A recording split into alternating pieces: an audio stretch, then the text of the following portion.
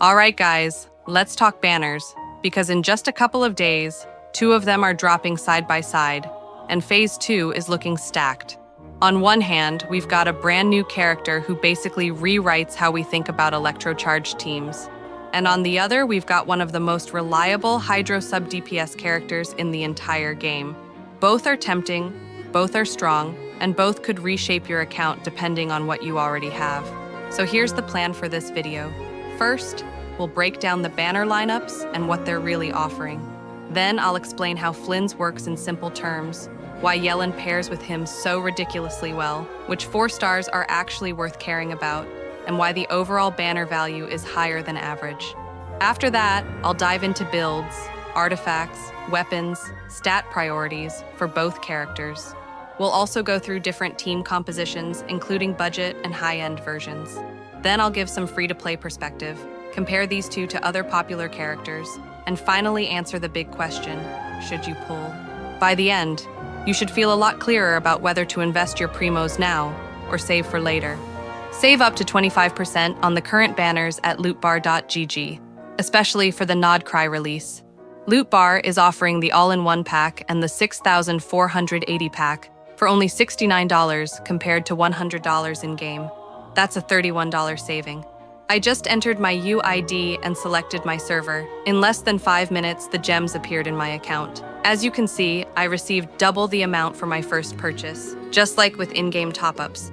And remember, the double bonus for your first purchase has been reset in 6.0. Beyond Genshin, you can also top up in Honkai Star Rail.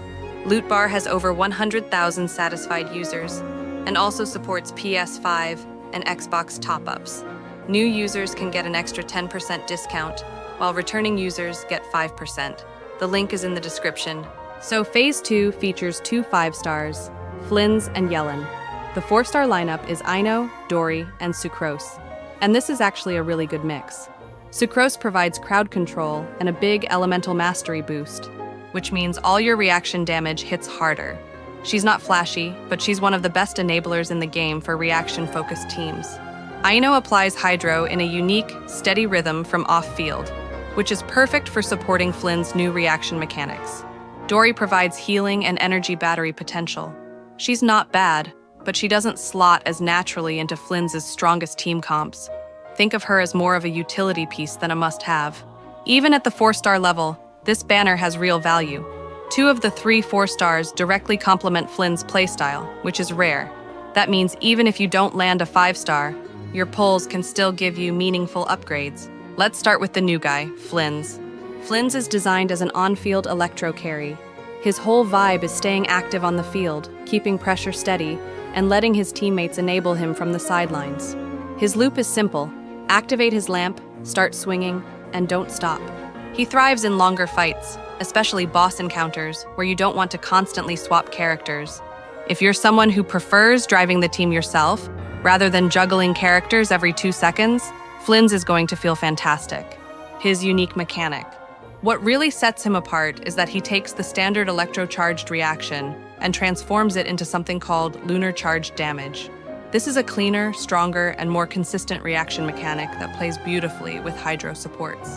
That's where Yelen comes in. Yelen applies Hydro from off-field in a steady rhythm that follows your active character's attacks. That means every swing FLINS makes can immediately trigger lunar-charged reactions. The synergy is seamless. Her burst sets up rails of Hydro that just flow in the background while you focus on swinging. She buffs your active character's damage on top of that, making FLINS hit even harder. If you don't have Yelen, Kokomi can also fill this slot, providing broader Hydro coverage and healing. But Kokomi doesn't buff damage the same way Yelen does, which is why Yelen feels like she was tailor-made for FLINS. The nice thing about FLINS is that he's easy to build. Artifacts. Focus on ATK%, Electro DMG bonus, and crit stats. He appreciates some elemental mastery, but not as much as raw ATK and crit. Balance your ratio so he can consistently crit during reactions. Weapons. Any sword with high ATK or crit value works well. His signature will obviously be best, but options like the Black Sword or even free-to-play craftables can get him rolling. He doesn't need overcomplicated setups. Just build him straightforwardly and he'll deliver. Now let's move over to Yelen. She's one of the most universally valuable characters in the entire game. Yelan applies Hydro off-field, buffs the active character's damage over time, and doesn't demand much field time herself. Her burst is the centerpiece. Once it's up, you just swap to your main driver and let her arrows fire in rhythm. In a FLINS team, she's basically the backbone. Without her, the lunar charge loop works but feels incomplete. With her, it's a constant stream of smooth reactions. Building Yelen. Artifacts. Emblem of Severed Fate is her go-to, boosting her burst damage and making her energy recharge more effective. Stats. Prioritize HP percent, Hydro DMG bonus, and crit. Yelen's damage scales heavily with HP, so this is where she shines. Weapons. Aqua Simulacra is her best in slot, but Favonius Warbow is a fantastic free-to-play option, especially if your team is energy hungry. Even something like Sacrificial Bow can work depending on your needs. The best part? Yelen isn't just for FLINS.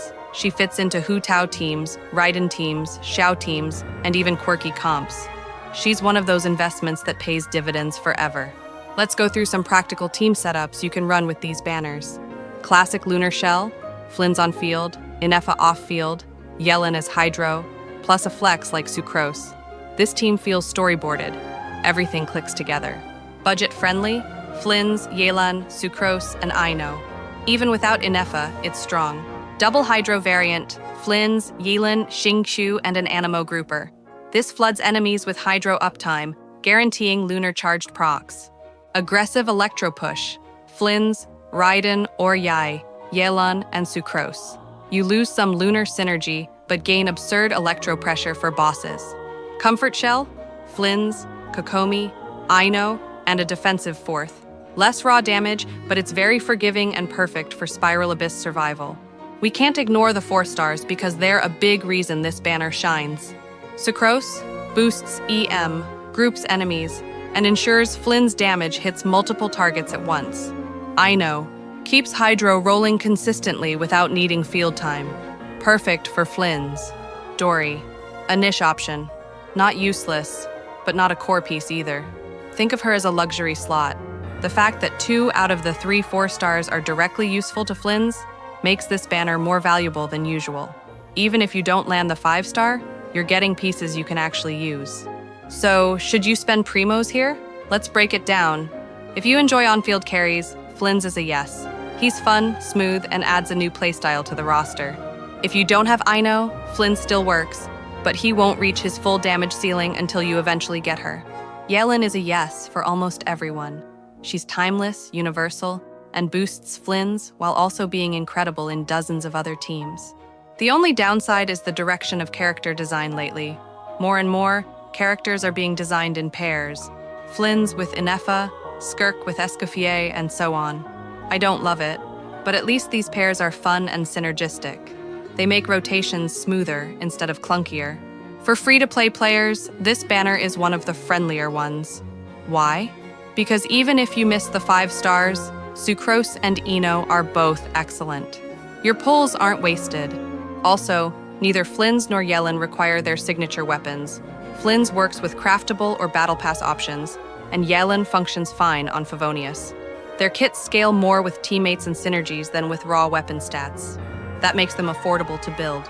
Looking ahead, both of these characters are future-proof. Yelen has already proven she's one of the most versatile supports in the game. She hasn't dropped from meta relevance since her release.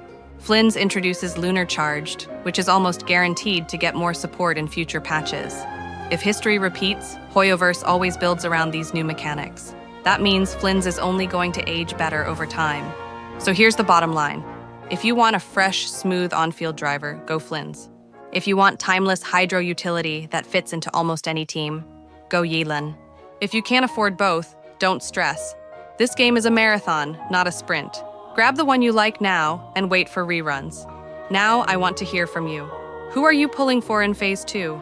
Are you a FLINS first player who might chase Yelen if luck allows? Or are you a Yelen first player who'll try for FLINS later? Do you already have Ino and Sucrose leveled and ready? Drop your plans in the comments. I love reading them, and we can even brainstorm team ideas together. If this guide helped you feel clearer about the banners, tap that like button and subscribe for more fast codes and honest breakdowns as we push deeper into the Nodcry patch.